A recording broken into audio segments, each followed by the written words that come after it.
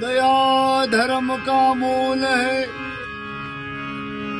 और पाप मूल अभिमान।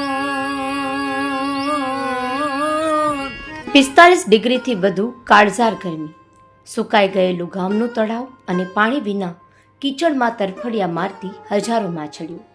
વિશ્વ પર્યાવરણ દિવસની સાંજે સુરેન્દ્રનગરના રેશમિયા ગામમાંથી હૃદય કંપાવી દેનાર દ્રશ્યો સામે આવ્યા. માલધારી હરજીભાઈની નજરમાં આ મૂંગા જીવો પર પડી અને ગામના અગ્રણી શિવરાજ જેબલિયા સુધી વાત પહોંચી. સ્થિતિ અત્યંત ગંભીર હતી.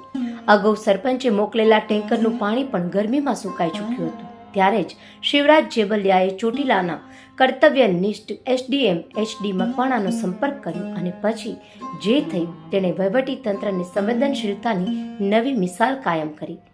એસડીએમએ એક પણ મિનિટ ગુમાવ્યા વિના તાત્કાલિક પાણી પુરવઠા વિભાગને એક્શનમાં લાવી તળાવમાં પાણીના ટેન્કરો રવાના કર્યા.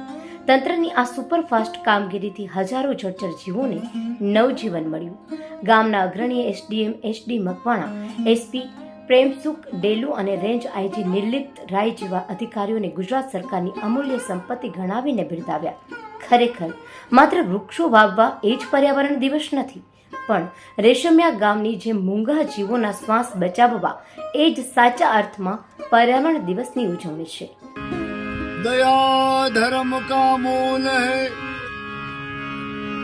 और पाप मूल अभिमान।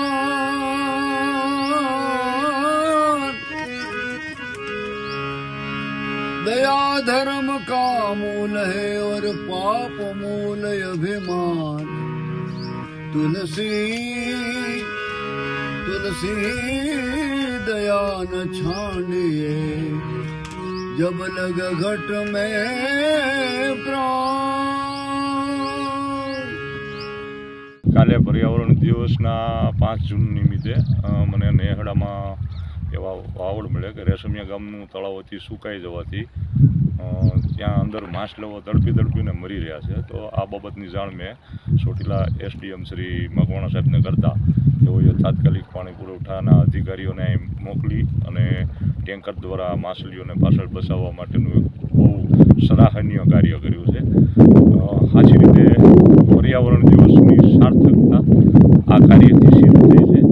હકીકતમાં કાલ પર્યાવરણ દિવસ હતો, પણ બધા મિત્રોને મારી પણ વિનંતી કે આસપાસમાં કોઈ પણ પ્રકૃતિમાં કોઈ દોષ જણાય તો તેને તાત્કાલિક ઠીક કરાવવાનો એક નાનો એવો પ્રયાસ કરો.